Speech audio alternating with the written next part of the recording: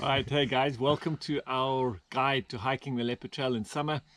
My name is Lyndon. My name is Robin, and you can see it's a beautiful day today. We're in short sleeves. It is summertime, which is exactly why we're doing this video. Right, so here's the guide to the Leopard Trail. Number one, get up and go early. On the days where you know it's going to be hot, so please do check the weather before you come.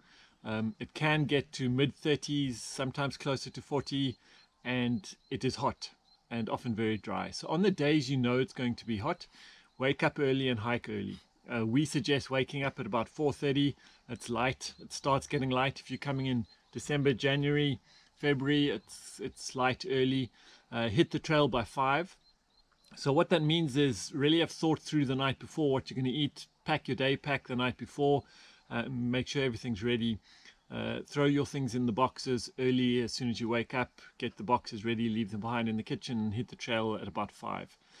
Yeah, I think so. I mean, I remember that one year we did it as well. We actually did. We got up about 4:30. We were literally walking at dawn starting, and it really did mean that we actually got to our destination really early. And it meant that we could spend the whole of that day by the pool with the campsite for that day. And that actually was one of my favorites. My favorite hike actually was fresh and early. And The day 3 is the longest day, and you want to get over the 3 hills at the start of day 3, which will normally take you about 2 to 3 hours. You want to do that while it's cool.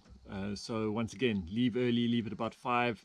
That means you'll get to the halfway mark, Drypunt, at about 8 or 9. Now at Drypunt there's a lovely spot. It's called the Drypunt spot. You'll walk about 100 meters to a narrow kloof. There's shade there. There's a bit of water almost all the time. It's one of the spots that very seldom runs dry. So a lovely spot after you've conquered the 3 hills to stop, have a bit of tea, breakfast, a snack, and then your last 10k walk down the valley floor to home. Day 3 is the long one. You want to try and get through it so that you're at camp by about 11, 12, and then you can spend the rest of the day swimming in the pool at the campsite, chilling inside the huts, resting under the shade. And I think as well, just to mention that it's not. I mean, these are suggestions and advice from us having done the trail many times, and you will probably see as many different variations of it. And some people might not be the early risers, and they want to sit around the campfire with their coffee in the morning and have a slow start. We're just suggesting that when it gets hot, it does get hot, and you want to be prepared for that, and obviously make those choices. And I think the biggest day, in my opinion, in which you need to really manage the heat is day 4. And the reason for that is the hottest section of the day actually occurs at the end of that day's hike. And it's when you get up to the top, there's a section called the cauldron.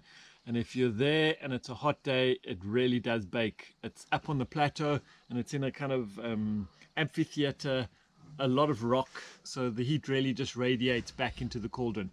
Now doing that at 12, 1, 2 in the afternoon heat will be bad. It'll be hot. So on day 4 in summer, please make sure you're carrying at least 3 liters of water per person, would be our recommendation. And certainly make sure you leave on day 4 on a hot day early enough so that you're getting back to base camp, finishing your hike at 12, 11 or 12. Base camp's got a beautiful big swimming pool, so get here early and you can spend a whole bunch of time drinking the craft beer, the Leopard Trail craft beer, and swimming in the dam. But do be careful of the cauldron on very hot days on day 4. yeah, so just to reiterate around the water in the day, you're going to have ample water at each of the campsites. You're not going to run out of water. You have fresh, piped, cool mountain water as much as you want at all the campsites. We're talking about making sure you have enough during the day. So make sure that you are packing a significant amount of water so it can last you through the day.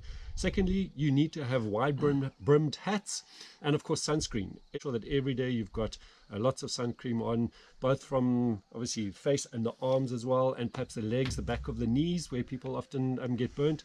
And I like to also go with long sleeved shirts as well, because that's just those cool shirts really work. But then keep all that water for you to drink during the day. And if you've got an extra bit at the end of the day, it doesn't matter, because you've got a lot more to fill up on. Yeah, I think, by the time you're hiking the Leopard Trail, you're probably an experienced hiker. So we're not going to tell you everything that I'm sure you know already. And having said that, I agree with Robin. My personal favorite on hot days is to hike in a long sleeve technical top. I keep it a little bit wet throughout the day, just put a bit of water on it. It protects me from dehydrating through my arms as well. It keeps me a lot cooler.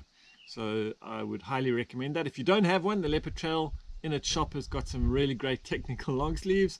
But if you do have it, bring your own. And that's a strong recommendation from us. Yeah, I know, Robin, a lot of people... Well, I just want to go back to technical tops. Maybe just also check with the office to see if they've got your size as well, so that when you get here, you may very well just be able to put your top on and get going straight away. So look at us pumping a bit of merch in this video. That wasn't the intention. Robin, I've noticed a lot of people actually walk with kookois these days. Yes. We see a lot of hikers leaving here in summer with kookois around their shoulders, and those are quite nice because then you can walk with it covering your arms if you want to. That's probably because they don't have technical tops yet. Anyway, so that's really our advice for you guys as you walk the Leopard Trail. We are not going to talk now about how to manage your food in summer, because there's a separate video for that. Please make sure you watch that. That's a really important one about how to use our cool box system to make sure that your food stays cold, and that you can even keep a few cold beers for every day when you arrive at the campsites. So watch that video. I'm sure it'll be somewhere in these links. Anything else? No, actually, just to show everyone just from the other side here, there we go. Absolutely spectacular, the Baviaanskloof Mountains.